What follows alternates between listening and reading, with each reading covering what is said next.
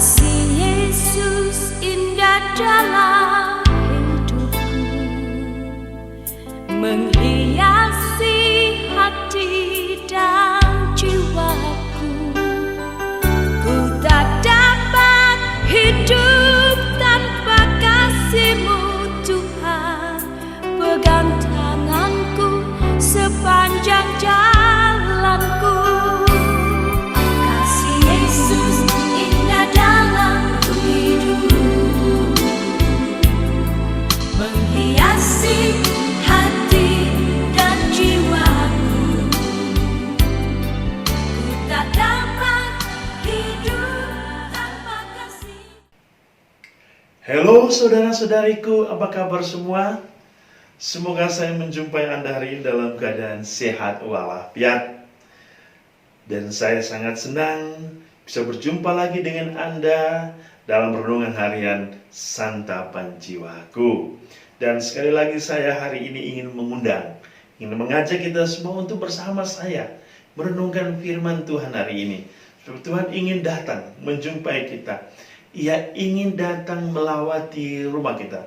Ia ingin datang menyembuhkan kita. Ia ingin berbincang-bincang dengan kita. Dan hari ini saudara-saudari, melalui kisah seorang perwira yang datang mencari Yesus, kita juga ingin mencari Yesus yang senantiasa memohon, ingin mendapatkan kasih karunia Allah. Hari ini kita bersama-sama merenungkan Injil Matius bab 8 ayat 5-17. Mari kita mendengarkan firman Tuhan. Inilah Injil Yesus Kristus menurut Matius. Pada suatu hari Yesus masuk ke kota Kapernaum, maka datanglah seorang perwira mendapatkan dia dan mohon kepadanya, "Tuan, hambaku terbaring di rumah karena sakit lumpuh dan ia sangat menderita." Yesus berkata kepadanya, "Aku akan datang menyembuhkannya." Tetapi perwira itu berkata kepadanya, "Tuan, aku tidak layak menerima Tuhan di dalam rumahku. Katakan saja sepatah kata, maka hambaku itu akan sembuh. Sebab aku sendiri seorang bawahan, dan di bawahku ada pula prajurit. Jika aku berkata kepada salah seorang prajurit, 'Pergi,' maka ia pergi. Dan kepada seorang lagi, 'Datang,' maka ia datang. Ataupun kepada hambaku, 'Kerjakanlah ini,' maka ia mengerjakannya." Mendengar hal ini, Yesus heran dan berkata kepada mereka yang mengikutinya, "Aku berkata kepadamu, sesungguhnya iman sebesar ini tidak pernah aku jumpai pada seorang pun di antara orang Israel. Aku berkata kepadamu, banyak orang akan datang dari timur dan barat dan duduk makan bersama dengan Abraham, Ishak dan Yakub di dalam kerajaan surga. Sedangkan anak-anak kerajaan itu sendiri akan dicampakkan ke dalam kegelapan yang paling gelap. Di sanalah akan terdapat ratap dan kertak gigi." Lalu Yesus berkata kepada perwira itu, "Pulanglah dan jadilah kepadamu seperti yang engkau percaya." Maka pada saat itu juga sembuhlah hambanya. Setibanya di rumah Petrus, Yesus pun melihat ibu mertua Petrus terbaring karena sakit demam. Maka dipegangnya tangan wanita itu, lalu lenyaplah demamnya. Wanita itu pun bangun dan melayani Yesus. Menjelang malam, dibawalah kepada Yesus banyak orang yang kerasukan setan. Dan dengan sepatah kata Yesus mengusir roh-roh itu dan menyembuhkan orang-orang yang menderita sakit. Hal itu terjadi supaya genaplah sabda yang disampaikan oleh Nabi Yesaya. "Dialah yang memikul kelemahan kita dan menanggung penyakit kita." Demikianlah Injil Tuhan. Dialah yang akan memikul kelemahan kita dan menanggung penyakit kita. Salam, salam damai sejahtera bagi kita semua. Saudara-saudari yang dikasihi Tuhan, hari ini kita mendengar ada 3 kisah penyembuhan. Yesus menyembuhkan seorang hamba dari seorang perwira, menyembuhkan ibu mertua Petrus yang sakit demam, dan Yesus juga mengusir atau menyembuhkan orang-orang yang kerasukan setan atau roh-roh jahat. Apa yang terjadi di sini? Ketika Nabi Yesaya berfirman, "Dialah yang memikul, dialah yang akan menanggung seluruh penyakit kelemahan kita." Pertama, seorang perwira hari ini bukan orang Israel, tetapi seorang kafir. Saya merenungkan hari ini, seorang kafir saja datang mencari Yesus. Lalu bagaimana kita yang sudah menerima Yesus? Apakah kita masih mencari Yesus? Kita mengandalkan Yesus? Kita meminta Yesus? Kita percaya kepada Yesus? Ingat, renungan hari ini bagi saya sangat mendalam. Orang kafir saja datang mencari Yesus.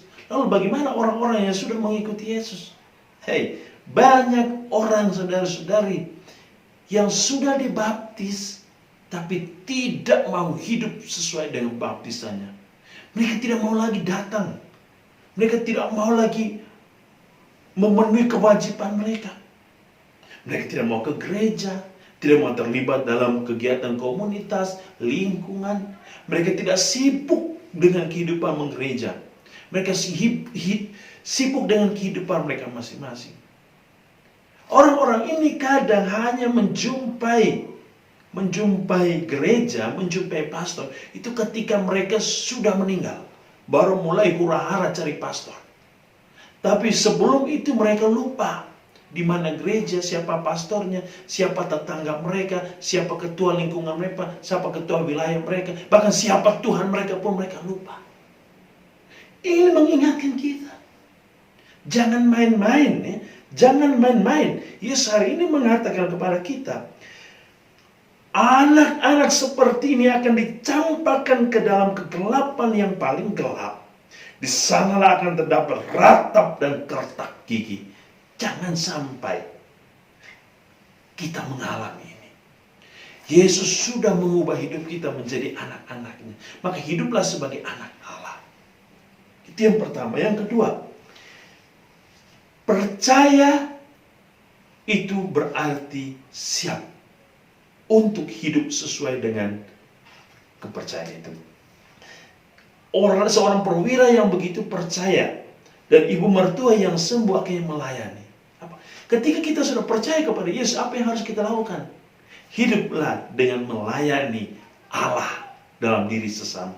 Hiduplah dengan melayani kehidupan dunia ini untuk menjadikan dunia ini sebagai kerajaan Allah yang baru.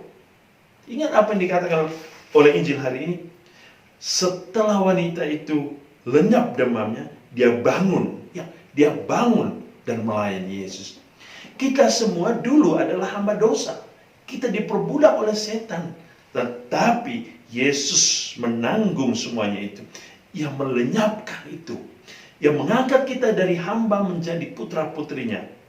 Yang mengangkat kita dari manusia lama kepada manusia baru.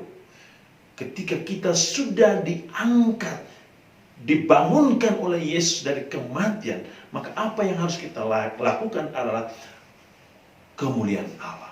Memuji dan memuliakan Allah dalam kehidupan kita melalui pelayanan yang kita lakukan, melalui karya-karya bakti yang kita lakukan, melalui cara hidup kita yang benar di hadapan Allah, dan teristimewa melalui suatu relasi yang benar antara iman kita dengan kehidupan kita, dengan kehidupan menggereja, kehidupan rohani kita, dan kehidupan bersama saudara-saudari kita.